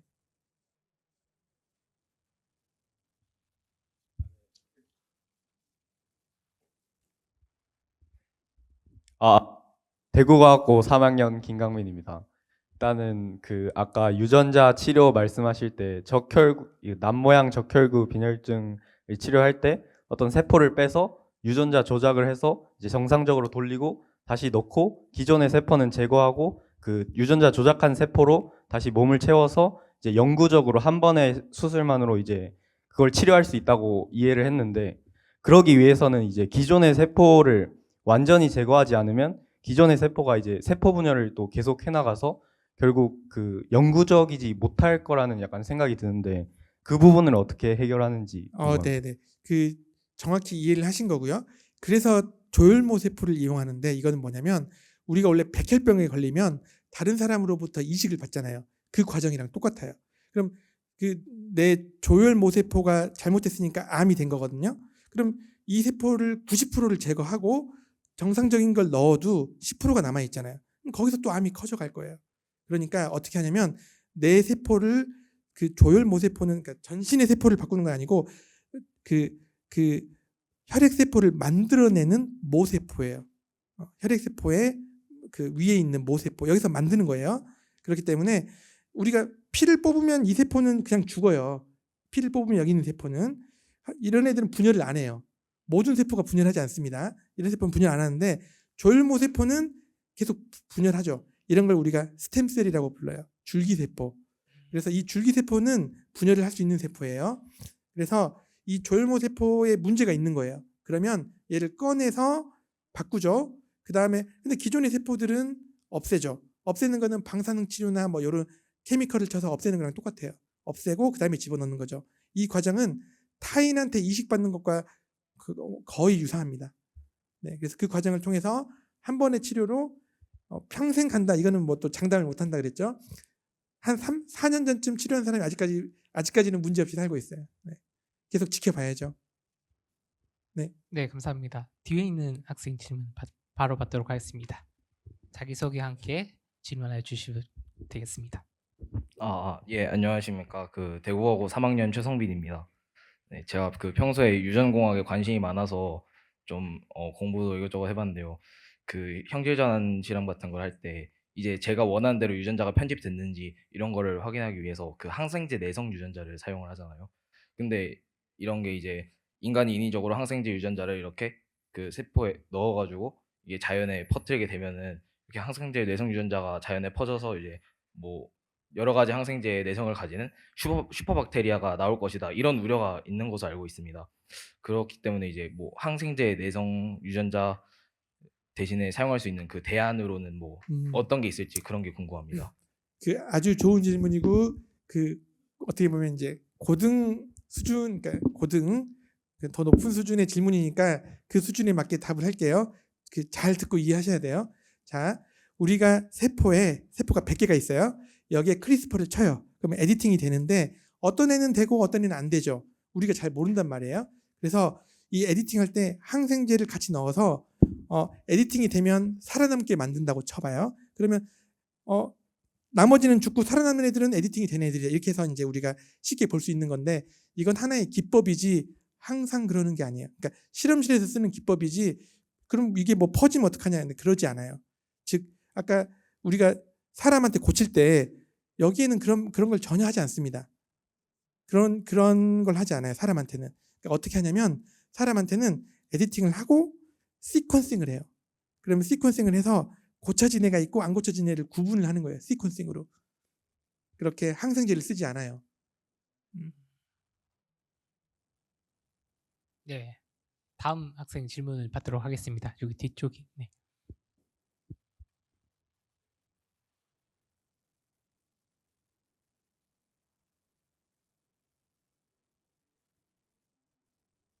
네, 마이크. 네. 네, 안녕하세요. 대구화학고 3학년 나교승입니다. 저는 화학을 굉장히 좋아해서 올해 이제 그 얼마 전에 노벨 화학상 발표할 때 자습 시간에 선생님 몰래 이렇게 실시간 중계를 보고 그랬는데 제가 놀랐던 거는 이제 그 데이비드 베이커 교수님께서 받으셨을 때 그분이 일단 뭐 하시는 분이 몰라서 뭐 이렇게 프로틴 관련해서 이렇게 구조를 예측하고 관련된 데이터베이스를 구축하셨다 이렇게로 좀 이해를 했습니다. 근데 제가 여기서 궁금한 거는 올해 물리학상도 그렇고 AI가 거의 기초과학에 해당하는 노벨 화학상을 다 휩쓸었는데 지금은 이제 AI 프로그램을 우리가 직접 짜고 알고리즘을 바탕으로 그 데이터베이스를 만드는 단계이지만 그 데이터베이스가 만약에 확립이 되고 나면은 어느 순간부터는 AI가 연구하는 시대가 올 수도 있지 않을까 생각이 확 들더라고요. 그러면 그때 됐을 때 과연 노벨상을 수여할 때 노벨상을 수여하는 과정에서 과연 인간이 받는 게 타당한가라는 생각이 들었습니다. 왜냐하면 데이터베이스가 모두 구축이 되어 있고 그에 바탕으로 관련된 단백질을 찾고 하다 보면은 결국 그 연구는 AI의 알고리즘 내에서 일어난 게 아닌가 하는 생각이 들더라고요. 이에 대한 교수님의 의견이 궁금합니다. 그 아주 좋은 질문이고요. 이 질문은 제가 이 자리에서 쉽게 답을 할 수 없어요. AI가 가져오는 파급력은 어디까지인지를 모르는 거예요. 사실은 진 에디팅도 마찬가지입니다. 제가 진 에디팅은 아주 안전한 기술이다라고 말할 수도 없고, 왜냐면 이게 세대를 거슬러서 어떻게 할지 모르잖아요. 우리가 그 순간에 있는 겁니다. AI도 마찬가지고, 그렇기 때문에 갈수록 자기의 머리로 사고하는 힘이 더 필요하다고 봅니다. 그냥 많은 텍스트를 읽고 답습하는 거는 그 단계를 교육과정에서 없애자는 얘기는 아니에요. 그 과정이 저는 반드시 필요하다고 봅니다. 그걸 통해서 숙달을 시키고 그 다음부터는 사고하는 연습을 많이 해야 돼요. 그래서 이미 학계에는 그 논리와 논쟁이 많고요. 그 예를 들어서 논문을 쓸 때 AI 도움 받아서 쓸 수도 있거든요. 벌써 저널에서는 AI는 저자가 될 수 없다. AI 도움을 받았다면 진실되게 밝혀라라고 써 있어요. 그래야지 투고할 수 있습니다. 그러니까 이런 시대가 되었고, 그래서 그 단순히 뭔가를 암기하거나 이런 건 저희보다 무조건 잘합니다. AI가. 근데 인간만이 할 수 있는 영역이 무엇인지를 찾아나가고 그 부분을 고수해야겠죠. 근데 진짜 100년 지나서 인간이 도저히 따라잡을 수 없는 시대가 될 수도 있거든요. 그럼 인간이 어떻게 해야 될까요? 네, AI 파괴해야겠죠. 네. 그 여담입니다만 듄이라는 영화 아십니까? 듄이 그런 시대예요. 네, AI를 파괴한 시대. 네, 그래서 인간은 그런 것도 상상하는 것 같습니다. 지금은 그런 모든 상상이 즐거운데 한번 고민을 같이 해보면 좋을 것 같아요. 네. 네, 감사합니다. 다음 질문을 받아보도록 하겠습니다. 촉인 학생. 안녕하십니까. 대구과학고등학교 2학년 금도윤입니다. 전 앞선 질문처럼 사실 생물 관련 질문은 아니긴 한데 이제 물리학이나 화학이나 이제 천문학까지 여러 가지 굉장히 많은 과목을 공부하시고 현재 이제 생물 분야 이렇게 연구를 하셔서 업적을 굉장히 쌓고 계신데, 연구를 하는 데 있어서 저도 물론 이제 학교에서 여러 가지 연구를 해봤는데 연구를 하면서 물론 연구 과정에서 어려움도 생기지만 전체적인 과정 봤을 때 가장 어렵다고 생각되는 부분 중 하나가 연구 주제를 정하고 그리고 그 주제 안에서도 정확히 어떤 부분을 탐구해야 될지 그리고 어떤 거는 그냥 기본적인 사실을 놔둬야 될지 그런 것을 결정하는 것에서 많은 어려움을 느끼고 있는데 혹시 그런 부분에 대해서 조언해 주실 부분이 있으시면 해주시면 감사하겠습니다. 아주 훌륭합니다. 그걸 빨리 깨닫는 게 필요한데 그걸 벌써 깨달았다니 아주 훌륭합니다. 근데 처음 질문 속에 제가 천문은 공부한 적이 없어요. 이 물리천문학부가 같이 있는 뭐 수학 통계학부 그러면 수학 배운 거지 뭐 통계를 배운 건 아니니까 물리천문학부라 해서 천문을 배운 건 아닙니다. 아무튼 그 연구는 그래서 달라요. 그래서 저는 물론 공부를 잘한 친구들이 연구도 대체로 잘합니다. 상관관계는 있어요. 근데 이게 정비례는 아니에요. 그러니까 일직선은 아니란 얘기예요. 그 말은 너무 공부를 잘한 애들, 그러니까 그냥 중학교 때도 1등, 고등학교 때 1등, 대학 가서도 1등 그런 친구들이 연구를 더 못하는 경향이 있어요. 그렇게까지 해버리면. 왜냐하면 실패를 경험해야 돼요. 네. 왜냐하면 연구는 정말 90%가 실패니까. 그래서 실패에 익숙해져야 됩니다. 그래서 근데 이제 또 그렇게 또 그 스마트하게 빨리 익숙해지고 그러면 다행인데 이제 거기서 여기는 내 길이 아닌가 보다 해서 연구를 떠나서 다른 데로 가는 경우가 이제 종종 있는 거죠. 그걸 못 견디고. 그래서 저도 보면 항상 저보다 공부 잘했던 친구는 언제나 있었어요. 고등학교 때도 언제나 있었고 대학 가서도 언제나 있었어요. 근데 그 친구들이 지금 계속 연구를 하고 있지는 않거든요. 그래서 연구는 그 공부 플러스 내가 호기심을 견뎌낼 수 있는 힘, 견디는 것도 필요합니다. 그런 것도 필요하고. 그래서 이제 연구의 핵심은 그 학생이 잘 질문하셨듯이 질문을 던지는 거예요. 좋은 질문이면 좋은 거고, 나쁜 질문이면, 그러니까 쉬운 질문이면 그냥 별 볼 일 없는 연구고, 그런 겁니다. 뭐 예를 들어서 뭐 예를 들기가 너무 어려운데, 그 물리로 예를 들면 질문을 던지는 거죠. 이게 떨어지잖아요. 이게 놔두면 떨어지지 않습니까? 이거 다 알아요. 근데 왜 떨어질까? 이게 질문이 되는 거야. 그러면 이제 이게 답이 있는데 내가 모르는 건가? 그러면 문헌 찾아봐야죠. 근데 답이 없는 거예요. 그럼 아무도 이걸 밝힌 적이 없네. 근데 왜 떨어지지? 처음으로 문제를 제기하는 겁니다. 그리고 그 문제를 푸는 거예요. 중력이 있으면 떨어지는구나. 그러고 나서 예측을 하죠. 달의 운동, 화성의 운동을 예측했죠. 그랬더니 맞아요. 지금 내가 맞네? 해가지고 세상에 알리죠. 근데 그걸 아무도 의심하지 않아요. 근데 또 지나고 보니까 다 떨어지거나 속도는 다 상대적이어야 되는데 빛의 속도는 상대적이지 않거든요. 이건 그러면 내가 모르는 건가? 아니면 문헌을 찾아보죠. 아무도 그거에 대해서 한 사람이 없어요. 그럼 처음으로 문제를 제기하죠. 이렇게 과학은 발전하는 거예요. 그래서 처음에는 공부를 그렇게 많이 할 필요가 있습니다. 이 필드를 이해해야 되고 거기에서 사람들이 밝히지 못한 부분을 이해해야 돼요. 사실 그게 혼자서는 안 돼요. 그러니까 팀을 짜야죠. 혼자 방에서 연구할 수 없어요. 연구실에 들어가서 팀을 짜고 서로 공부도 같이 하고 이러면서 찾아가는 겁니다. 네. 그게 재밌으면 연구로 매진하시면 됩니다. 네. 또 옆에 마이크 좀 네. 갖다 주세요. 그 강의 시작 부분에 그 제한 요소를 이제 유전체 크기가 큰 진핵 생물에 대해 사용하기 힘든 이유가 그 원하는 타겟 외에도 다른 타겟에 절단을 시킬 수 있다는 이유 때문이었는데, 사실 이 크리스퍼 캐스9 과정에 대해서 제가 비슷한 의문을 가졌거든요. 이게 결국에 가이드 RNA를 사용한다는 건데 어떤 RNA 스트랜드가 단일 가닥 DNA 결합할 때는 사실 완전히 일치하는 것만 결합을 하지 않고 이제 몇 개 정도 다르거나 이제 상당 부분이 일치한다 이러면은 또 결합을 해버리는 경우가 있는 걸로 제가 알고 있습니다. 근데 그러면 이제 딱 베이스 하나의 차이로 인해 일어나는 뭐 점돌연 변이로 인해 일어나는 뭐 남모양 적혈구 이럴 때 이제 어떻게 크리스퍼 캐스9이 사용될 수 있는지, 또 이게 또 어쩔 수 없이 발생할 수 있는 오프 타겟 효과에 대해서 안정성 검증이 어떻게 이루어지는지 궁금합니다. 네, 너무 좋은 질문이어서 고등 수준의 질문을 했으니까 고등 수준의 답을 할게요. 너무 좋은 질문이고, 자, 그 제한 요소를 넣으면 이런 시퀀스 너무 많으니까 자글자글 잘리잖아요. 근데 만약에 크리스퍼의 가이드 RNA가 20베이스가 아니었으면 얘도 마찬가지 운명이었을 거예요. 근데 가이드 RNA가 하필 20에서 20 정도 돼요. 그러면 4의 20승이거든요. 가지수가 4의 20승이 30억보다 커요. 그래서 유일한 시퀀스를 특정 지을 수 있습니다. 그 덕분에 일단은 그렇고 확률적으로는. 근데 이제 시퀀스를 비슷하게 찾아가기 때문에 유사한 서열이 다른 데 있다면 거기도 바인딩을 해요. 그래서 편집을 합니다. 그래서 이걸 극복하기 위해서 또 많은 노력을 하죠. 첫째는 비슷한 서열이 없는 것을 고르는 게 첫 번째예요. 그 다음에 여기서 다른 데 가지 않도록 엔지니어링을 또 합니다. 이런 식으로 해서 그 부분을 최대한 없애려고 노력하고 있어요. 네.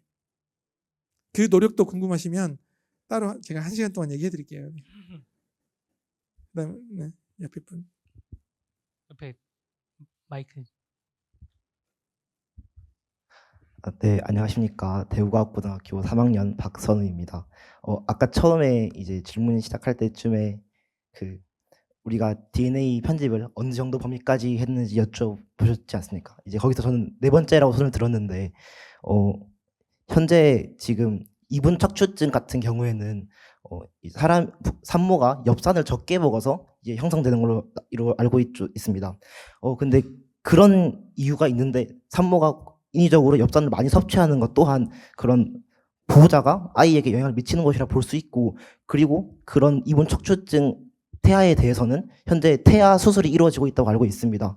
이렇게 태아에 대해서 어떤 시술이 이루어지고 있는데도 불구하고 똑같이 태어나지 않은 어떤 대상인 배아나 태아에 대해서 유전자 치료는 또 다르게 접근하는 이유가 어떤지 좀 궁금하고요. 여기서 만약에 이제 이게 괜찮은 접근이다라고 했을 때 그 배아에 어떤 유전자 편집을 가하게 되면은 오프타깃 이펙트가 발생할 수 있다고 생각을 합니다. 그래서 그러한 측면을 보았을 때 최적의 치료를 하기 위해서는 이제 액토덤 이제 분화가 일어난 어떤 그런 배아 시기에 하거나 아니면 좀 더 분화가 돼서 뭐 스킨이나 아니면 넓은 셀로 더 분화가 일어난 어떤 그런 태아에서 하는 게 더 적절한지 두 가지 질문을 한번 여쭤보고 싶습니다. 아우, 네, 훌륭합니다. 네, 아주 훌륭한 질문이고, 이제 윤리적인 문제는 그래서 그 학생 의견을 반박할 수 있는 사람이 또 반 될 거예요. 그러니까 왜냐하면 낙태도 마찬가지거든요. 그러니까 태아 임신 중절을 해도 되는가? 이게 뭐 미국에서도 큰 난리인데, 그러니까 언제나 의견은 같이 존재한다 이런 거고, 과학적으로는 되게 재미난 질문인데, 식물 같은 경우에 식물에 우리가 품질 계량 어떻게 하죠? 식물의 품질 계량이란 게 뭐죠? 원리가 씨앗에 DNA가 바뀌는 게 품질 계량이에요. 그러면 원래는 이런 애가 나와야 되는데 키우다 보니까 아주 맛이 좋은 애가 나와요. DNA가 바뀌었죠. 그럼 농부가 얘를 키워요. 그러면 맛 좋은 애들이 나오거든요. 이렇게 자연적으로 농부가 선택하는 건 괜찮다고 사람들이 생각해요. 이것도 DNA가 바뀐 건데 내가 조작한 건 아니니까. 그러면 19세기 초에 어떤 걸 했냐면 여기에 감마선을 쌓아요. 감마선, X선. 그러면 DNA가 막 마구마구 바뀌거든요. 그러다가 뿌려두면은 어쩌다가 좋은 애가 태어나요. 그럼 걔를 품종 계량했다고 써요. 이거 웃기죠, 이것도. 근데 그건 법적으로 허용이 돼요. 우리도 지금 다 하고 있어요. 이건 되거든요. 근데 에디팅을 통해서 정확히 그 부분을 바꾸겠다 하면 아직은 안 돼요. 그러니까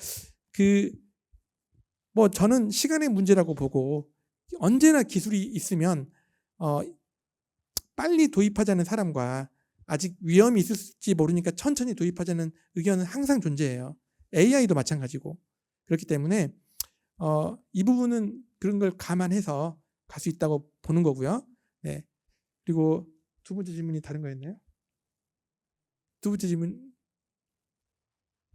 두 개 하시면 이제 네, 노화가 시작돼가지고 기억이 안 납니다. 네, 두 번째 질문은 이제 배아에서 어떤 유전자 편집을 네네네네. 이제 원셀에서 하는 게 아니라 세포가 어느 정도 분열되고 나서 하는 건데, 그것도 하나의 방법이 될 수 있는데 기술적으로는 훨씬 어렵습니다. 분열되고 나서 심장만 딱 고친다거나 뭐 이론적으로는 가능한데 뭐 훨씬 어렵고, 네, 하여튼 그런 것도 시도는 해볼 수 있지 않을까. 네. 근데 하여튼 편집을 그렇게 배아 단계에서 하면은 항상 생각해야 될 게 치료의 경계가 불분명합니다. 예를 들어서 키 작은 게 치료입니까? 아니면 뭡니까? 질병입니까? 아닙니까? 그러니까 질병과 강화가 구분이 안 되기 시작해요. 키가 140이면 질환이고 150이면 질환이 아니다. 이런 구분이 있습니까? 물론 외수증 70cm 이러면은 이제 그럴 수 있지만은, 그러니까 그런 걸 고치겠다. 이건 나는 심각하다. 근데 너 뭐 그게 심각해. 별거 아니야. 이렇게 말할 수 없거든요. 그걸로 우울증 걸려서 사회적 문제가 나오고 하면 어떡합니까? 그러니까 즉 그런 구분이 어느 순간 무의미해진다. 이런 거 고민을 좀 해보세요. 네. 네. 저기 뒤에 질문 받고 앞에 질문 받도록 하겠습니다. 안녕하세요. 3학년 조정흠이라고 합니다. 일단 첫 번째 질문은 두 가지 질문이 있는데요. 첫 번째 질문은 그 징크핑거 뉴클레이스와 탈르는 이제 3년 만에 새로운 유전자 가위가 제시되면서 계속해서 더 좋은 유전자 가위로 변경이 된 걸로 알고 있습니다. 이런 과정을 통해서 오프타깃 효과라든지 단점들을 계속해서 보완하고 있는 것으로 알고 있습니다.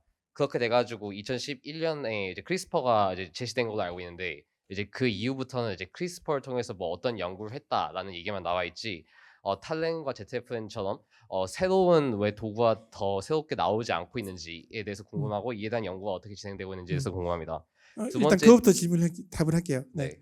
고등 질문이니까 고등 답을 하자면 좋은 질문입니다. 자, 징크핑거나 탈렌은 방식이 어떻죠? 제가 그림으로 간단히 했는데 DNA를 찾아가는 원리가 뭐죠? 그 DNA를 찾아가는 게 모듈이 바인딩을 합니다. 그렇죠? 열차처럼 생긴 모듈. 단백질이 DNA를 찾아가는 거예요. 그 다음에 가위가 자른다 그랬죠? 단백질이 찾아가죠? 그러면 만약에 여기를 찾았어요. 다른 곳을 찾고 싶어요. 그럼 어떻게 해야 되죠? 모듈을 바꿔줘야 되죠. 그게 어려워요. 돈이 많이 경제적이지 않고. 근데 크리스퍼는 이걸 모듈을 바꿔줄 때 RNA만 바꿔주면 되죠. 엄청 쉬워요. 그래서 그 기술이 좋다 나쁘다를 떠나서 사용하기가 너무 어려워서 대중화가 안 된 거고 이 기술로 대중화가 된 거예요. 여러분들이 어떤 기술을 생각할 때 무조건 뛰어난 게 능사가 아니에요. 대중화가 필요합니다. 근데 그만큼 쉽고 퍼져야 돼요. 네. 그래서 네, 그렇습니다. 네. 제 질문은 그러니까 왜 크리스퍼 이후에는 더 새로운 가위가 제시되고 있는지. 오케이. 그래서 1세대, 2세대가 왜 사장됐는지를 제가 설명을 드린 거고 이건 이해하시죠? 네. 그다음에 이제 3세대 크리스퍼 이후에 그러면 이렇게 그 RNA 디펜던트한 어떤 툴이 또 있지 않을까라고 해서 많이 개발되고 있어요. 근데 크리스퍼만큼의 성능을 보이는 게 아직은 잘 없어요. 그래서 지금 중간이기 때문에 영원히 없을 거라고는 말 못하겠고 근데 현재까지 크리스퍼를 넘어서는 기술을 아직까지는 못 찾고 있습니다. 네.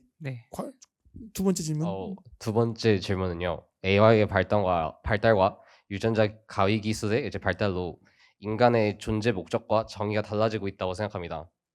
왜냐하면 오랜 기간 동안 인간이 외관적으로 변화하거나 진화하더라도 이제 DNA를 통한 이제 유기체라는 사실은 유지가 됐는데 이제 DNA가 변형된다면 굳이 이와 같은 맥락으로 굳이 인간이 DNA 구속을 받을 이유가 전혀 없겠죠.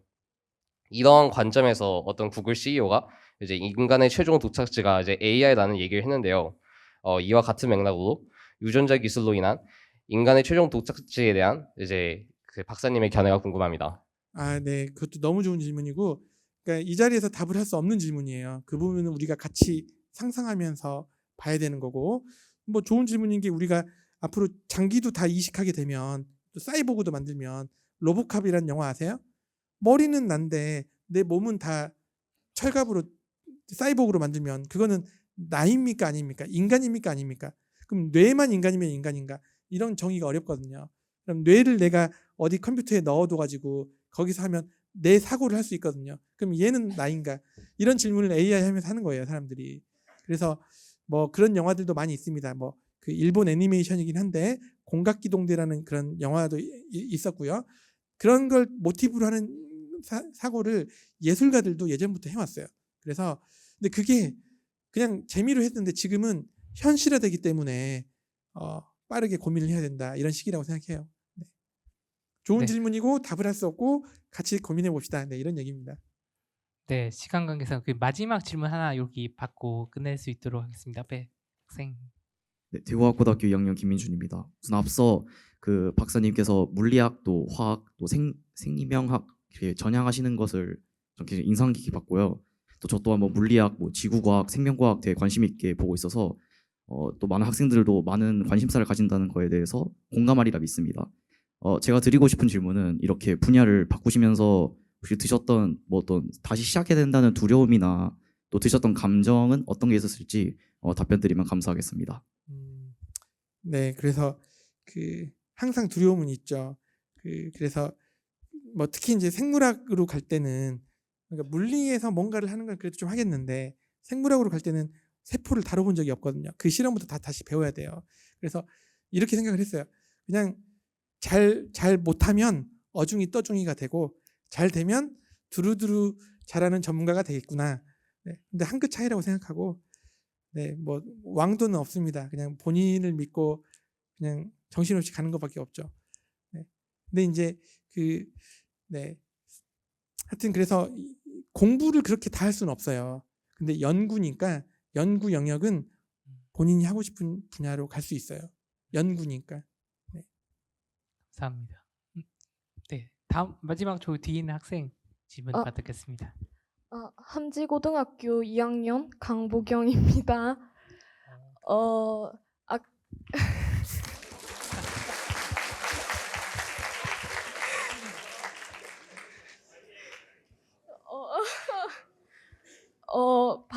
아까 처음에 DNA 관련으로 말씀하실 때 또 제가 알고 있기로는 DNA는 은폐되고 또 해석 가능하게 되면서 그 형질을 발현하게 되는데 아까 그 수정란 상태에서 유전자 교정을 한다고 했을 때 이제 유전자 편집 기술 하나의 세포로 시작하게 되는 거잖아요.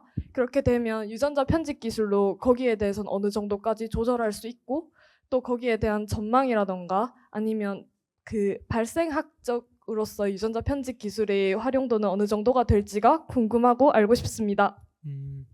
네, 그 유전자 가위로 하나의 세포에서 거기서 만약에 바꿔버리면 바뀐 채로 계속 분열해 나가겠죠. 네, 이제 그런 거고.